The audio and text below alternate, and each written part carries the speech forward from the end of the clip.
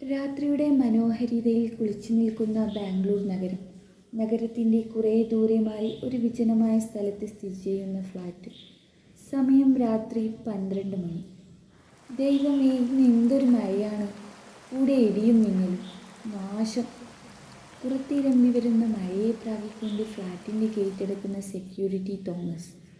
എത്ര നാളുകൾ കൊണ്ട് ഞാനിവിടെ കാവൽക്കാരനായി നിൽക്കുന്നു, എന്നിട്ടോ ശമ്പളം നക്കാപ്പിച്ച്.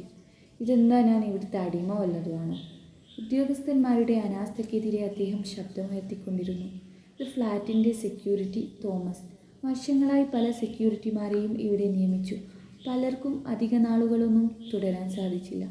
ഒന്നാമത്തെ പ്രശ്നം തുച്ഛമായി കൊടുക്കുന്ന ശമ്പളം. എന്നാൽ മറ്റൊരു പ്രശ്നം ഫ്ലാറ്റിൻ്റെ 13-ാം നമ്പർ മുറി. പക്ഷേ എല്ലാവരും അതൊന്നും വിശ്വസിക്കുന്നില്ല.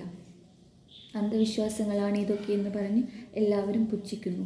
എന്നാൽ ഫ്ലാറ്റിലെ ചില ആളുകൾക്കും സെക്യൂരിറ്റിമാർക്കും ക്ലീനേഴ്സിനും ആ മുറിയുടെ അടുത്ത് എന്തൊക്കെ അനുഭവപ്പെട്ട പോലെ പറഞ്ഞിരുന്നു. പുതിയതായി എത്തുന്ന സെക്യൂരിറ്റിമാരെല്ലാം ഈ കഥ വിശ്വസിച്ച് ഭയന്നാണ് ഇവിടെ ജീവിക്കുന്നത്. മോശം ശമ്പളം കാരണവും ഇത്തരം കഥകൾ നിമിത്തവും എല്ലാവരും ജോലി രാജിവെച്ച് പോകുന്നു. പക്ഷേ ഇവിടെ തോമസ് ഒരു അവിശ്വാസിയും അല്പം ധൈര്യശാലിയുമായ സെക്യൂരിറ്റിയാണ്. അദ്ദേഹത്തിന് ഇത്തരം കഥകൾ പേടിയില്ല. പക്ഷേ ശമ്പളം വളരെ കുറവാണ് എന്നത് മാത്രമാണ് സങ്കടം.